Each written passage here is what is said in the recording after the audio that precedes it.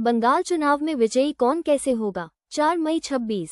ज्योतिषाचार्य ज्योतिर्माली के अनुसार बंगाल में 2 सिंह की ललकार से ममता का हौसला कमजोर। पहले राजनाथ सिंह जी, बाद में सीएम योगी जी का बंगाल का चुनावी दौरा। कार्यक्रम में दाहाड़ से बंगाल की चुनावी हवा में परिवर्तन। 12/13 मई से बीजेपी की तरफ झुकेगी। ममता की आवाज या भाषण से बंगाल की महिलाएं परहेज करेगी। यही नहीं, ममता की परछाई से भी दूर भागेगी। जैसे वोटिंग की तारीख नजदीक आएगी, बंगाल की जनता का मन और दिमाग ममता की तरफ से घृणित दृश्य दिखाई देगा। दूसरी तरफ टीएमसी में आपसी बगावत, फूट और ममता के साथ मनमुटाव, विरोध की रूपरेखा बढ़ेगी। तीसरी बात, बीजेपी की रैली में उत्साहित जनता, पीएम मोदी जी और गृहमंत्री के बंगाल में जनता के बीच आना, जनता को भारी साहस मिलेगा। उधर ममता की सरकार से प्रताड़ित, दुखी और असहाय जनता की लाचारी से परेशान हैरान कांग्रेस और वाम दल जैसी पार्टियां भी खुल्म बीजेपी के पक्ष में परिवर्तन का नारा को बुलंद करेगी, तो कोई आश्चर्य नहीं होगा। बहुत उम्मीद है कि असदुद्दीन ओवैसी और हुमायूं कबीर मिलकर ममता को पराजित करने में अपनी रणनीति में सफल हो सकते हैं।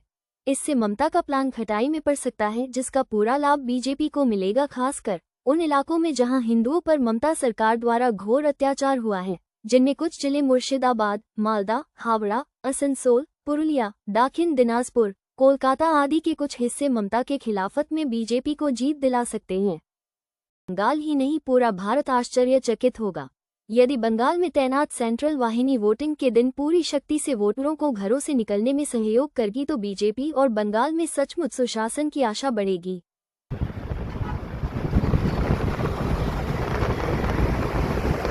बंगाल की हिंदू और मुस्लिम महिलाओं से अतिरिक्त बढ़त वोटिंग से ममता हारेगी और बीजेपी को जीतेगी। बंगाल में उत्तर प्रदेश के सीएम आदित्यनाथ योगी जैसे बुलडोजर बाबा के आगमन से बंगाल की जनता का हौसला अधिक उत्साहित होना ही बीजेपी की जीत और ममता की हार का दृश्य नजर आ रहा है। बस सही ढंग से बंगाल की जनता का वोटिंग हुआ तो बीजेपी सरकार परिवर्तन का स्लोगन सच करेगी, यानी ममता गो बैक। बंगाल में बीजेपी के वेलकम की गुंजाइश बढ़ेगी। बीजेपी की जीत से बंगाल ही नहीं, अपितु भारत में एक जंगल राज की कहानी से पर्दा उठ सकता है। एक बात, ममता अपनी हार से बौखलाएगी, कुर्सी जाते देख चुप रहेंगी।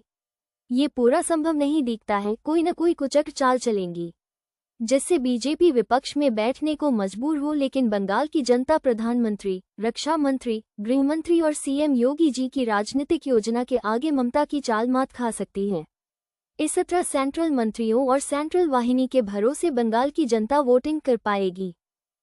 ये सबसे बड़ा सवाल 29 मई तक सबके मन में झकझोरता रहेगा, क्योंकि ममता बनर्जी पुरानी कुचक्र की राजनीतिक खिलाड़ी बन चुकी हैं। साम दाम दंड भेद की नीति से कुछ भी कर सकती हैं, लेकिन समय विपरीत होने पर अंतिम दाव उल्टा पड़ने से कौरवों का नाश ही हुआ था। दुर्योधन जो 1 इंच जमीन देने को राजी नहीं हुआ था, परिणाम सबको ज्ञात है।